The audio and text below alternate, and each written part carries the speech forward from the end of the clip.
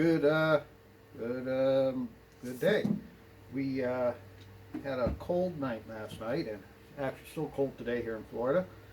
And I thought I would do a little bit of inside work today. You got cats, or know somebody that has cats, you're going to have litter jugs. And I've used these things for all kinds of stuff. To hold parts, I take something apart, I put them in the little bin. And today we're going to make a tomato planter.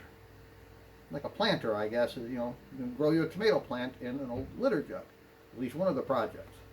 And let me get my cutter. I started this one already. This is just a simple, it's like a miniature box cutter.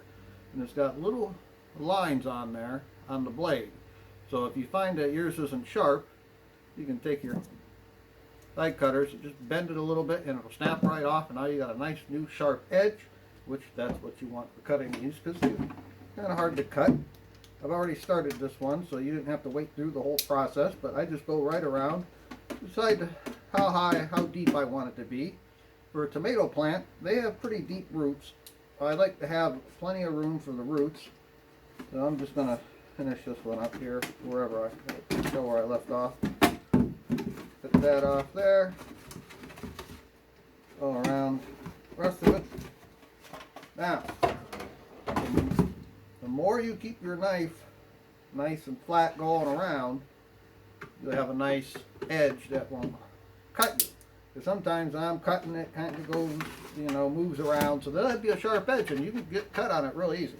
So the way to remedy that is a little bit of sandpaper around it. Go around it pretty good, touch it, make sure that it's good and round it off so it's not a sharp edge, because it can get really sharp.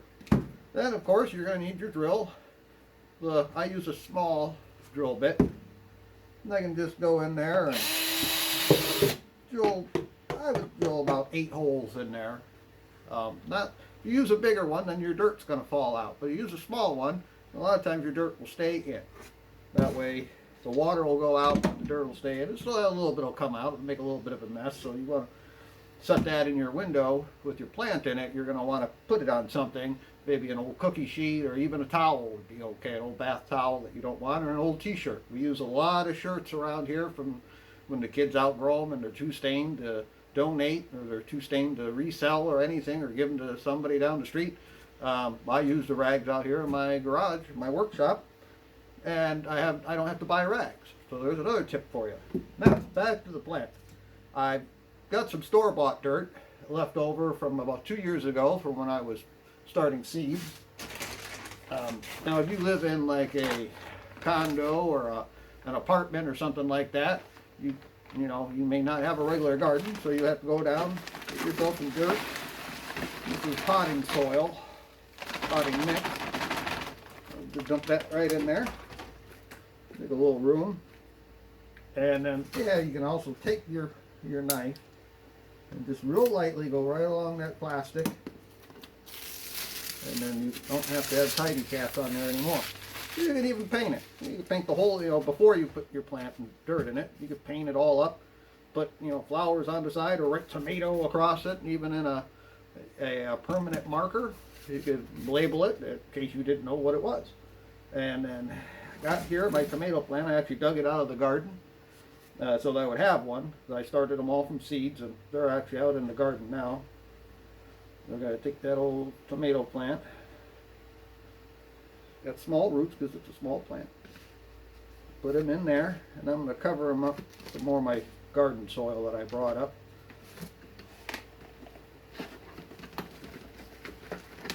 And you can go over the roots too, or up the stem of the plant, and it'll actually grow more roots out of that tomato main stem will grow more roots up higher than the root ball is originally. And that's pretty much it. Then you just set it in the sun, wait for it to get big and get tomatoes, and then you can grow your own tomatoes. You can do that with a lot of different plants, especially plants that are like a tomato plant. You could probably do onions. I have an onion going from the refrigerator. I'm going to work on that as soon as it gets a little bit farther along.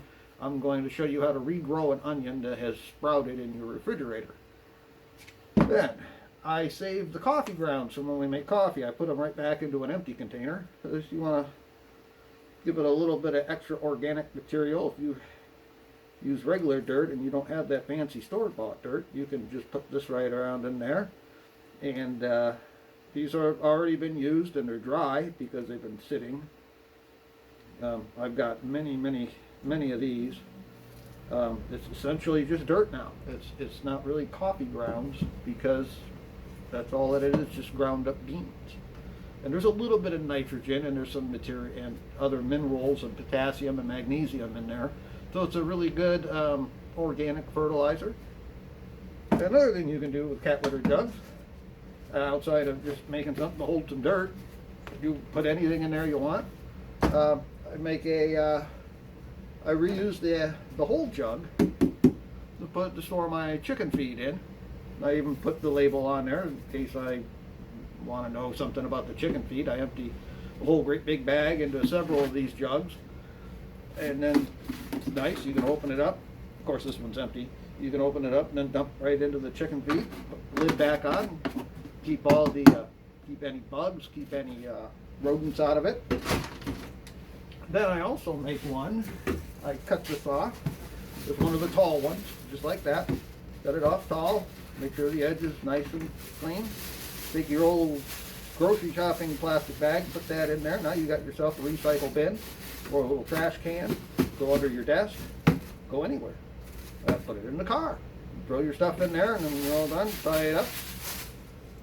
Take that to the, put that out for the garbage man, or take it to the recycle center. If you throw all your soda cans in there, or your coffee cup, styrofoam cups, go in there, then they can go to the recycle bin too. So there's a lot of different uses for these.